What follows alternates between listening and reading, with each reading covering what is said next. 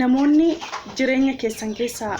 fageessuu qabdan yookiin matumaan sin kan itti dhiyaachuu hin qabne kan jedhuun isin qabadhee dhufe by the way YouTube ergan hojjedhee bubbuleera sababbiin isaa dhugaa baay'ee nama qaanessa waan mana afaan kanaan hojjedhuuf ta'een beeku subscribe hin qabu namoonni afaan hambiraatiin hojjetan ani asiin bahee asiin galee akkana nyaadhee san dhugee warra jedhanillee subscribe hedduu qabu ani garuu qabiyyee barsiisoo ta'anii fi jireenyaaf galtee namaa ta'an fidee dhufe namoonni baay'ee maaliif akka ta'een beeku like sin qabu subscribe sin qabu hoomaa miti ani garuu kaayyoon koo kanan biraati waan ta'eef namoota akkamiitirraa kan jireenya keenya keessaa isaan fageessuu qabnu yookiin nu irraa fagaachuu qabu kan jedhu kanan isinii fidee dhufe isa dura garuu subscribe gochuun dagatina dhugaan siniin jedha yoo qabiyyeen kollee isinitti toluu baate waan mana afaan keessaniin dubbadhuuf subscribe godha namoonni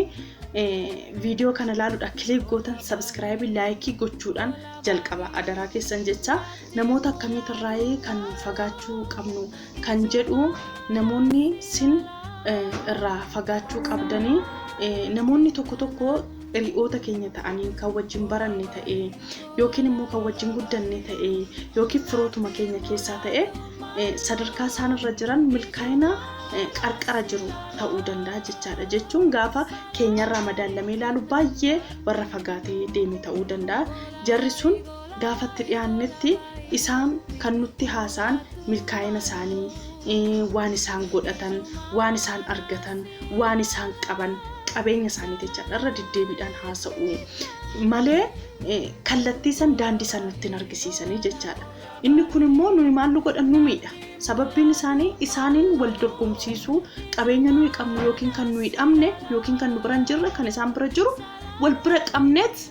boqonnaa dhabne jechaadha nagaa dhabne jechaadha even darbee isaanumtuu guddina isaanii duwwaa haasa'u milkaa'ina isaanii duwwaa haasa'u qabiyyee isaanii qabeenya isaanii duwwaa haasa'u malee kallattii isaanii ittiin milkaa'aniif ani daandii kanan deemee dhufeetis daandii kana deemee kootu har'a ka'umsa kaseeta waan akkanaa sin shaagalchiisa sin jalqabsiisa caala ani konkolaataa akkanaataan qabaa ani mana akkanaataan qabaa ani finfinnee keessaa mana bitadheeraa ani adaamaarraa kana godhadheeraa ani akkas waan akkasii baay'isuu jechaadha kun immoo lakkoofsa nu bira kan jiru yookiin mindeeffamoota taanaa yookiin immoo dhaabbata wayii keessatti qaxaramne warra hojjenne ta'a yookiin immoo waan xiqqoo of harkaa qabna jechaadha isaan bira dhaqqabuu hin dandeenyu har'aarratti kaasnee garuu maal goona madaalliin taane kennaa deemna of ceephaa deemna even darbee yoo gaa'ilaan hidhannoo qabna hoo ta'e namoota gaa'ilaan hidhamne sun akka waan duubatti nu harkisanitti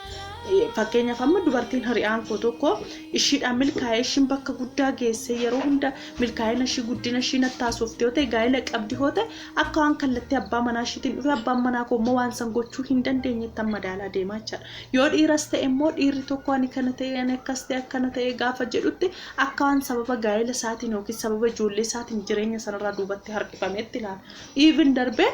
komii gumgummii waaqattuu gumgumuudha jechaadha maali waaqni isaaf abbaa ta'e tanaaf abbaa biddeenii ta'e kan jedhutti dhufamaa jechaadha kanaafuu namoota akkasiisan yoo isaan warra nu fayyadu warra daandii nu qajeelchu warra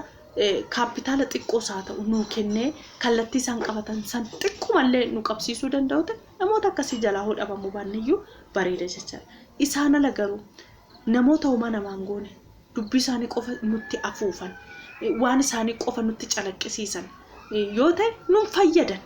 tokkoffaa saayikooloojii hin miidhamna lammaffaa dorgommiin taane keessa waan hin taane keessa iyyuu galuu dandeenya jechaadha dabarre waan hin taane keessa iyyuu galla namni sun yookiin akkuma jedhu dafqee fide ta'a yookiin hatee fide ta'a yookiin kallattii kamiin akka fide hin beeku dabarree xinxaalan biraa keessa waan hin taane keessa galla jechaadha jarri kun jireenya keenya irratti akka nuyi bakkaanya kanya kamnu akka nuyi waaqatti gumgumnu akka nuyi maatii keenyatti gumgumnu nu taasisu malee faayidaa tokko hin qaban. Yoo baay'ate jarri sun gaafa sin wal argitanitti nyaata gaarii wajjin nyaachuu dandeessu dhugaatii gaarii wajjin dhuguu dandeessu. Isarraa kan darbe homaa sin hin godhan jarri sun dhuguman isinitti. Waa tokko darbee waan sin itti milkooftan waan itti sinii darbu waan sinii godhan tokko hin jiru jechaadha. Kanaafuu ani amma fakkeenya tokko sinii fudha namoonni hoggaa 5 dura ekonomiidhaan kallattii kamiin isaa ta'u kallattii kamiin bari anaa ol jiran jiru garuu jara saniin immoo nuyi fira isaan akka barbaadanitti uffatu akka barbaadanitti nyaatu akka barbaadanitti deemu jecha ani immoo yeroo sanitti kaayyoo mataa kootiin qaba waan ta'eef qixa isaanii deemuu hin danda'u maal jedhanii maabara godhannaa maabara akkamii godhannaa gaafan jedhu ji'aan har'a mana tokkotti nyaata dhugaatii waan nama bashannansiisan hojjennee ji'a har'aammoo mana tokkotti jaarraammoo mana tokkotti akkas goonaadha. Yeroo saniif uuma dubbachuu hin danda'u waan ta'eef yookiin faallaa dhaabbachuu hin danda'u waan ta'eef cal jedheen galecha. Gaafan taa'ee ilaalu garuu jarri sun qarshii ittiin godhan san yookiin hojjetanii fidanii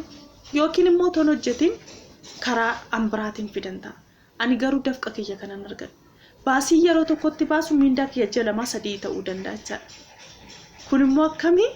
mana kiyyas jireenya kiyyas kisaaraa keessa gataa jara san wajjin abadan tarkaanfachuu hin danda'u. Namoonni sun baay'ee na jaalatu baay'een isaanis jaalatu. Odoon isaan jaaladhu garuu kallattii isaan jedhan sun nan deemsisu sababbii ta'eef jireenya koo maraatuma hin taane keessa galche sababbii ta'eef yeroodhaan jara sanarraa fagaadhe jechaadha. Kanaafuu mee dhuguman isiniin jedha tokkoon keenya muudannoo akkanaa kan hin muudanne jira dheeyyaa akka balutti sirbaan morma nama dabsaadha Oromoon gaafa mammaa. Koomantii jalatti mee waan sin muudate anallee kun na muudateera jedhaati barreessaa irratti kan mari'annu ta'a. Kan isa wajjiniin hin mul'atinaa yookiin isa wajjiniin hin argaminaa jechuun inaaffaa otoo hin ta'in saayikooloojuma keessaniif jechaadha. Maaliif namni sun kallattii inni itti guddate kallattii inni itti geessan sinitti hin argisiisoo ta'e